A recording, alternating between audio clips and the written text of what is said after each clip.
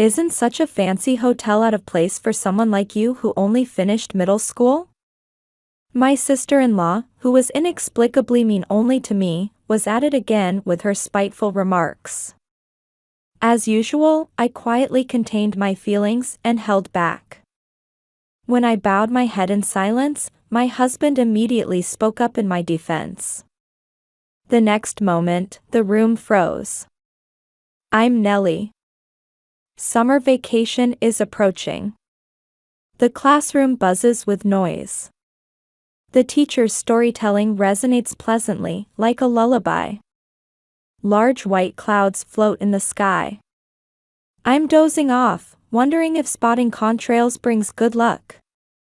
I love language classes because they're interesting and I get to hear various stories. Now Nellie, please read this question. It's my turn. Wait, how do you read this again? I desperately searched through my memory but couldn't find it. I'm sorry, how do you read this? I asked in a small voice. The teacher looked exasperated, and my friend turned to me, mouthing "stupid" with a laugh. I did it again. I like languages, but I never said I was good at them. I'm also not good at sports. Especially in sprinting, no matter how hard I try, I can't run fast. I've practiced running at full speed with Papa on the road in front of our house several times, but it didn't help much. My Papa is funny and kind. Though we weren't exactly well off, my beloved Mama and Papa always put me first and cherished me. Our breakfast and dinner weren't fancy, but we were a close family who enjoyed gathering around the table, sharing stories about our day. Wanting to help support my family's finances, I decided to start working after finishing middle school. When the magnolias were in full bloom, I proudly became a working adult. With my first paycheck, I promised to take Mama and Papa out for a delicious steak dinner. This promise, made under the magnolia tree, became my first goal as a working adult. From day one, there was constantly something new to learn, and before I knew it, each day would end, passing by in a busy blur. My fellow newcomers were wonderful companions, and my supervisors were very kind. Samuel, who was 4 years older, always looked out for me and handled work so smoothly that he became someone I admired. When the long-awaited payday arrived, I took Mama and Papa to a steakhouse my supervisor had recommended to fulfill my promise. It was our first time going to such an upscale steakhouse together, and though we were nervous at first, we soon melted into the delicious meat and comfortable atmosphere. Thank you, Nellie. Papa was so moved that he ended up crying loudly. Mama laughed at the sight. Though slightly embarrassing, this moment felt incredibly happy. Let's come again, we said as we left the restaurant. After that, I often took them to that restaurant for their birthdays and anniversaries. Meanwhile at work, there was still so much to learn, and though I couldn't match Samuel's expertise, it would take more time before I became fully competent. The snow melted, magnolias bloomed, maples turned red, cold winds blew, snow melted again, and magnolias bloomed once more. As the seasons changed, Samuel decided to leave the company. My admiration for him remained unspoken, scattered like magnolia petals. As those memories began to fade in early summer, I happened to stop by a cafe during my work break. While taking in the fragrant coffee aroma and the quiet interior filled with stylish background music, I noticed a certain man. That bag and that posture. How many years had it been? It must have been 3 years, but I could never forget the figure I had admired. Samuel? Before I knew it, the words slipped out, and as I stood surprised, he turned around with an bow and approached, seeming just as surprised. It turned out Samuel often visited this cafe during his breaks too. We caught up briefly, getting rather excited, and exchanged contact information. This cafe encounter became the catalyst for us spending more time together, talking and going out. After several dates, we started dating. I never dreamed I'd be dating someone I had once admired from afar, but it became reality. Though Samuel was busy with work and we couldn't meet often, I cherished the special feeling when we did. Days passed swiftly. The maple trees were beautifully stained red. Walking and feeling the seasons through the street trees remained unchanged since I first started working. I'm exhausted. I collapsed onto the sofa still in my work clothes. Even after nearly 10 years, my body hadn't gotten used to it. Lately, there had been more new things to learn, so it couldn't be helped. Instead of scolding me, Mama would kindly say, "Thank you for working hard from early morning," and set out the dinner she had prepared. Tonight's dinner was fried chicken. Drawn by the wafting aroma of my favorite fried chicken, I got up, changed clothes, and helped with dinner preparations. I shouldn't be lounging around like this. I have something important to tell Mama and Papa today. After setting out the cutlery, everything was ready. Just then, Papa came home. "Oh, fried chicken today," he said happily as his first words upon returning, quickly changing before rushing to the dinner table. Recently, with Papa's business trips and my night shifts overlapping, it had been a while since all three of us had dinner together. Hungry Papa and I started eating right away. Mama's fried chicken is definitely the best. While savoring the fried chicken in happiness, I suddenly remembered. I had something to tell my parents today. "Mama, Papa, I have something important to tell you." They looked at each other and then at me. Since it was rare for me to speak so formally, they seemed worried. Seeing their faces, I couldn't hold back and started giggling as I showed them my left ring finger. "Tada! I'm getting married." "Don't make such faces," I smiled. Their faces immediately relaxed, and Papa began his barrage of questions. "Who is he? Where's he from? What kind of person is he? How long have you been dating? Did Mama know? Was Papa the only one left out? Oh, my Nelly," he wailed loudly. It was just as I expected. Since I had already told Mama about him, she was genuinely happy, saying how wonderful it was. Next to her, Papa was being so noisy that Mama and I had to calm him down. Yes, sorry for keeping it secret. Papa won't forgive this." Despite saying such things, Papa also looked very relieved. Soon after, preparations for moving began. "All right, this is everything." I closed the last cardboard box and stacked it at the edge. The packed boxes totaled 10, fewer than I had expected. While working, we found my middle school album and diary. We looked through them, laughed heartily, and reminisced. Getting sidetracked is part of any major cleaning. Mama found my old stuffed animal.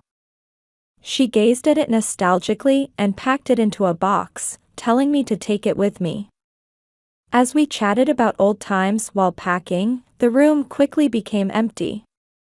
Mama was a bit worried about me living with my husband's family right after leaving home. After all, I had grown up without ever practicing cooking. "It'll be fine, Samuel is kind. It's a bit lonely that he's not home much, but I'll manage somehow," I replied cheerfully. Not knowing what was to come. "I told you not to put that there." It was Samuel's sister, Etta.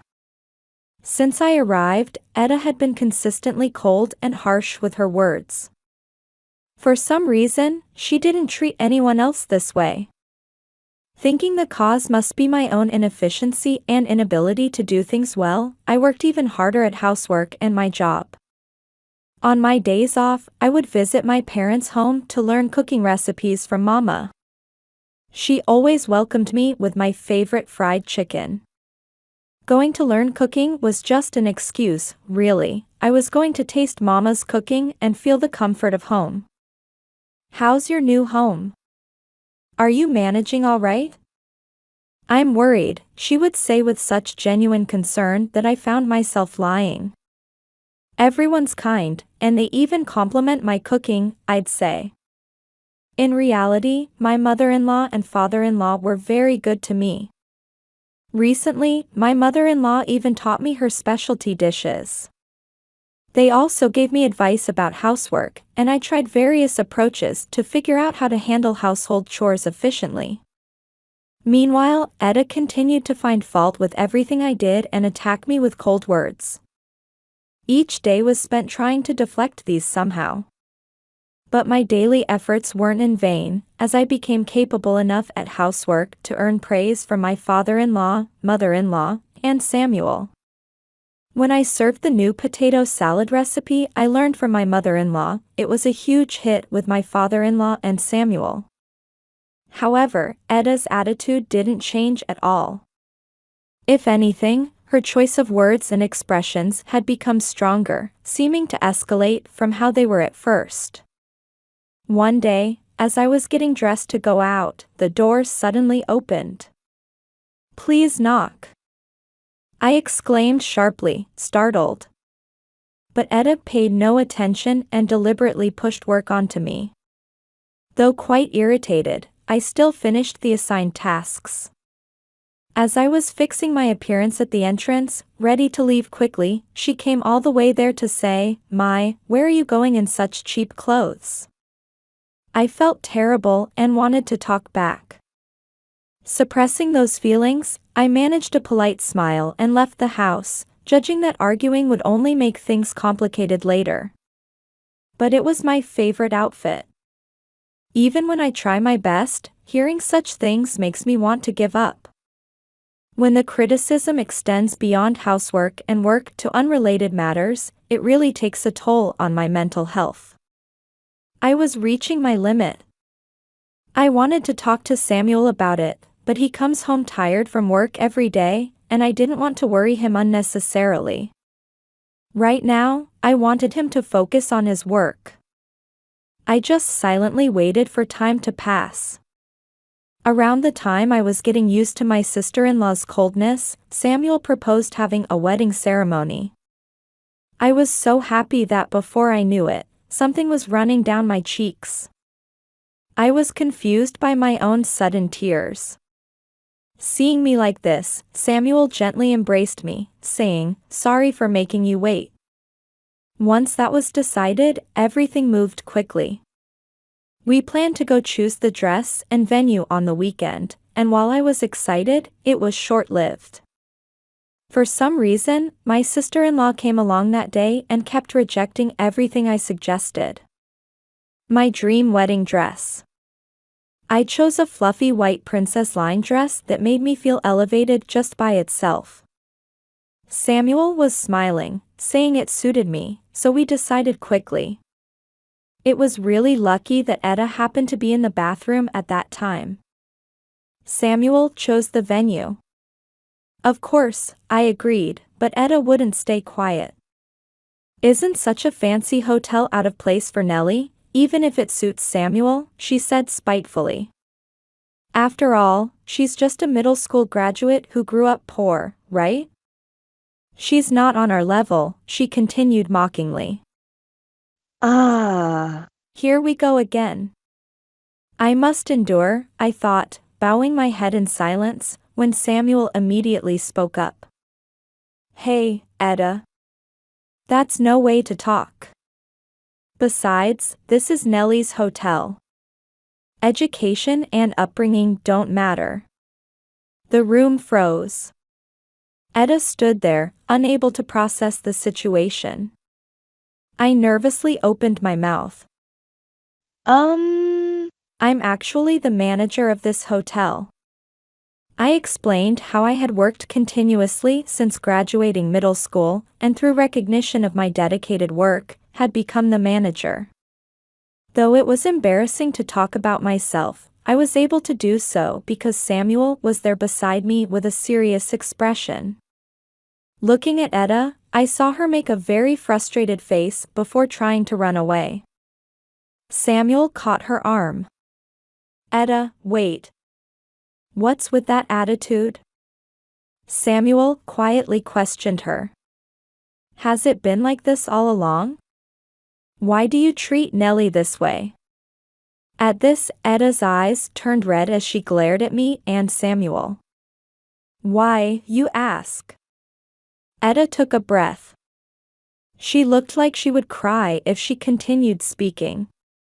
She swallowed her words and tears once, roughly wiped away the tears that had welled up, and continued forcefully. "I'm good at everything, studies, work, sports, everything. So why is there no one around me?" Her shout gradually weakened and became quieter. Feeling uncomfortable, I instinctively offered her my handkerchief. Etta snatched it and wiped her tears and nose. After calming down a bit, she quietly began speaking. "I'm sorry for being so pathetic," she mumbled, still looking away. In the same tone, she confessed that she had been jealous of me and had been mean to me out of envy. Hearing this, I felt happy, as if I had gained a real sister. The fact that she took the handkerchief I offered and used it to wipe her tears and nose showed me she had an honest and adorable side. Seeing this new aspect of Etta made me feel a bit relieved. If I said that, she probably wouldn't speak to me again. On the way home, thinking we might have gotten a bit closer after what happened, I tried talking to her about various things, only to be told, "Don't get carried away." But her voice was different from before, with a hint of laughter. That evening, when I called out, "Dinner's ready," while setting the table, Etta was the first to arrive. She silently helped set the table. When I expressed my thanks, she just replied, "It's nothing special." But even that was enough progress. The steady rain had completely stopped, and the sun was shining brilliantly. My wedding day was blessed with clear skies. As I was getting ready in my dress, Mama and Papa were excitedly fussing around, looking at me a bit sadly. "Nellie, you're beautiful," Mama gently caressed my cheek while Papa stood beside her, crying and calling my name. Thinking what a noisy family they were, I said, "Papa, you're too loud," as Mama and I tried to calm him down, savoring this family moment. Since the ceremony was about to begin, Mama and Papa left to make other preparations. While I was quietly reflecting on my memories alone in the waiting room, there was a knock at the door. "Yes?"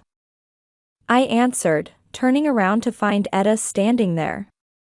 Wondering if something was missing in the preparations, information raced through my mind. As I was flustering, Etta chuckled and said just one thing, "You look beautiful," before leaving the waiting room. I sat back down, relieved. And I smiled, knowing that the distance between Etta and me was surely shrinking bit by bit. "Nellie, you're beautiful." Before I knew it, Samuel was sitting in front of me, and we both laughed at my surprised, confused expression. So much had happened to get here. It felt both long and like just a moment. I think this is my starting point. Though I don't know what awaits us, I'm sure everything will be fine. Shall we go? Samuel's extended hand was dazzling. I felt like I could go anywhere holding this hand. Spring sunlight streams through the window, illuminating the room. The faint background music from the TV program and the rhythmic sound of vegetables being chopped flow through the air. The clock had passed noon. Just the salad left to prepare and everything would be perfect.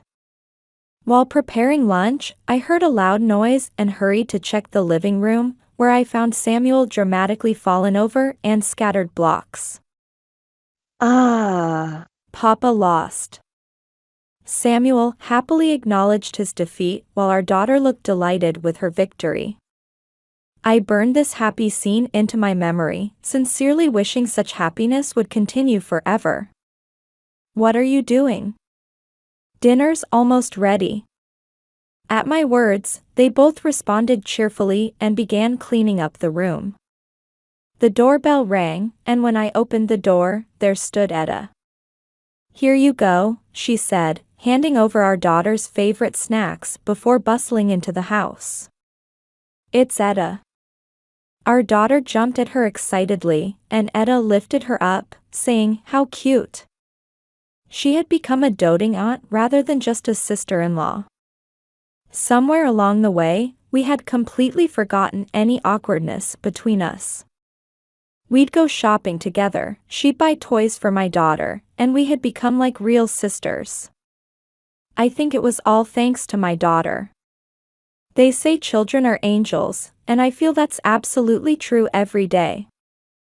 I'm expecting my second child now. These sparkling days seem likely to continue for quite some time to come.